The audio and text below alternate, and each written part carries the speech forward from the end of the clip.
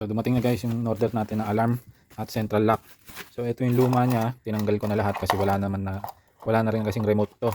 Hindi ko alam kung nagana pa yan. So dahil dyan, umorder na ako ng bago. Ito siya. Buksan muna natin. So unboxing muna tayo ng nabili natin na car alarm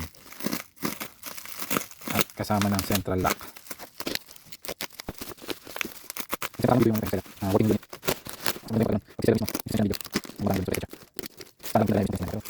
Yung brand. Ito kasi sa mga project na ginagawa ko, madalas Cobra na yung pinipili ko kasi trusted to matagal na to. Ayan. So ito yung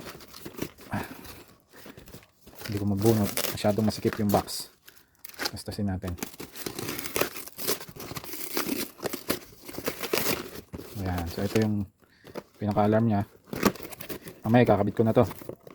Yung pinaka-alarm, tinesting na to. Ito yung remote nya, dalawa. So magkaiba yung remote nya, dalawa siya. Pero bakit magkaiba? Hindi kaya nagkamali? Magkaiba ba talaga? Ayaw nga, magkaiba nga Dalawang klase. Ito yung isa, ito naman yung isa. Tapos ito yung sa central lock. Cobra din yan.